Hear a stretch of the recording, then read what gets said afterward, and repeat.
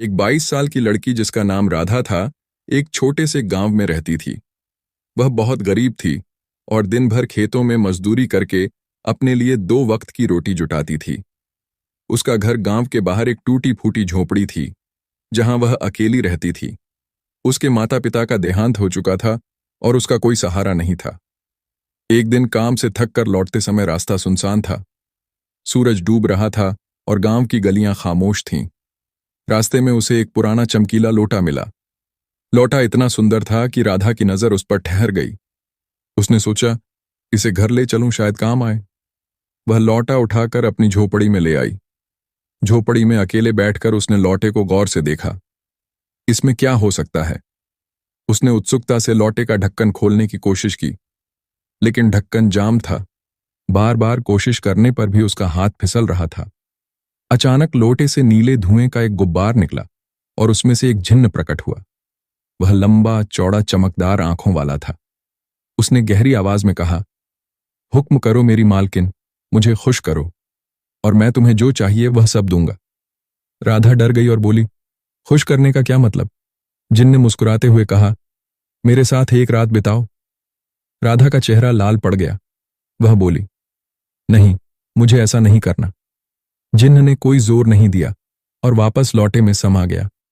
राधा ने लौटा उठाकर एक पुराने संदूक पर रख दिया और बिस्तर पर जाकर सो गई। रात गहरी हो चुकी थी। झोपड़ी के बाहर हवा का शोर था। अचानक एक चूहा संदूक पर चढ़ा और लोटे को रगड़ने लगा। रगड़ते ही लोटा खुल गया और जिन्न फिर से बाहर आ गया। उसने इधर उधर देखा। राधा गहरी नींद में थी और उसका दुपट्टा थोड़ा सरक गया था। जिन्न धीरे धीरे राधा के पास गया। उसने राधा के कंधे को हल्के से छुआ। राधा चौंक कर उठ बैठी और बोली, तुम यहां क्या कर रहे हो? जिन्न ने शांत स्वर में कहा, रात हो गई है और यहां कोई नहीं है, मेरे पास आओ। राधा ने डरते हुए मना कर दिया, लेकिन जिन्न ने उसकी आंखों में देखा और उसका स्पर्श जादुई था। राधा का मन जैसे उसके वश में हो गया। जिन्न ने कहा, अपने कपड़े उतारो। राधा ने जैसे सम्मोहन में हो धीरे धीरे अपने कपड़े उतारने शुरू किए।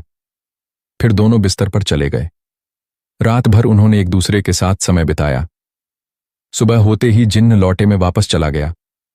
सुबह जब राधा उठी, उसे रात की कोई बात याद नहीं थी। वह थकान महसूस कर रही थी, लेकिन उसने ध्यान नहीं दिया। उसने खाना बनाया और खेतों में काम पर चली गई। शाम को लौटकर उसकी नजर फिर संदूक पर रखे लौटे पर पड़ी। उसने लौटा उठाया और जिज्ञासा से उसे रगड़ा। जिन्न बाहर आया और बोला, मुझे लगा आज मैं लौटे में ही कैद रहूंगा, हुक्म करो। राधा ने कहा, मैं बहुत थक गई हूं, क्या तुम मेरे लिए खाना बना सकते हो? जिन्न ने अपनी जादुई उंगलियां घुमाई और पल भर में गर्मा गर्म खाना तैयार हो गया। राधा ने खुशी खुशी खाना खाया और जिन्न वापस लौटे में चला गया। रात को राधा बिस्तर पर लेटी और जिन्न के बारे में सोचने लगी। वह कितना अच्छा है, मेरी मदद करता है। धीरे धीरे उसे नींद आने लगी। तभी बाहर से अजीब अजीब सी आवाजें आईं, जैसे जंगली जानवरों की दहाड़ और तेज हवाओं का शोर। राधा डर गई। उसने हिम्मत जुटाकर लौटा रगड़ा। जिन्न बाहर आया और बोला, हुक्म करो। राधा ने कांपते स्वर में कहा, बाहर अजीब आवाजें आ रही हैं, मुझे बहुत डर लग रहा है, क्या तुम मेरे साथ यहां रुक सकते हो? जिन्न ने सहमति में सिर हिलाया और बोला, ठीक है। राधा ने जिन्न के लिए नीचे एक चटाई बिछाई और खुद चारपाई पर लेट गई। तभी आसमान में तेज बिजली चमकी और बादल गरजने लगे। राधा डर के मारे चिल्ला उठी। जिन्न पास आया और बोला, क्या हुआ, डर क्यों रही हो? राधा ने कहा, यह तूफान, मुझे बहुत डर लग रहा है, मेरी चारपाई पर आ जाओ। जिन्न ने कहा, ठीक है, मैं यहीं रहता हूं। तभी एक और तेज बिजली गिरी। राधा ने डर कर जिन्न को कसकर पकड़ लिया। जिन्न ने भी उसे अपनी बाहों में ले लिया। राधा ने धीरे से कहा, तुम बहुत अच्छे हो। जिन्न ने हंसकर जवाब दिया, मैं तो हमेशा से अच्छा हूं, पर कोई मुझे समझता ही नहीं। राधा ने कहा, तुम कहते थे कि मेरे साथ एक रात बितानी पड़ेगी, आज मैं तुम्हारे साथ हूं, अपनी मर्जी से। जिन्न ने पूछा, सच में तुम अपनी इच्छा से मेरे साथ हो? राधा ने मुस्कुराते हुए कहा, हाँ, मुझे तुमसे प्यार सा हो गया है। दोनों ने रात भर एक दूसरे के साथ प्यार भरे पल बिताए। सुबह जब जिन्न जाने लगा, राधा ने पूछा, तुम कहाँ जा रहे हो? जिन्न ने कहा, मुझे एक श्राप मिला था।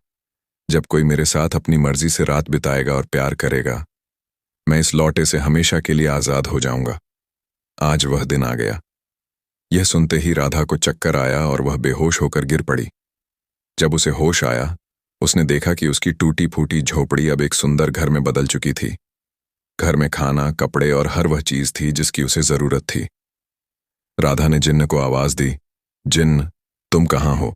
लेकिन कोई जवाब नहीं आया। वह लौटा अब खाली था। जिन्न हमेशा के लिए जा चुका था। राधा की आंखें नम हो गईं, लेकिन उसके दिल में एक अजीब सी शांति थी। वह जानती थी कि जिन्न ने उसे न केवल भौतिक सुख दिए, बल्कि उसके दिल को भी प्यार से भर दिया। ऐसे ही और मजेदार वीडियो देखने के लिए हमारे चैनल को लाइक, शेयर और सब्सक्राइब करना ना भूलें।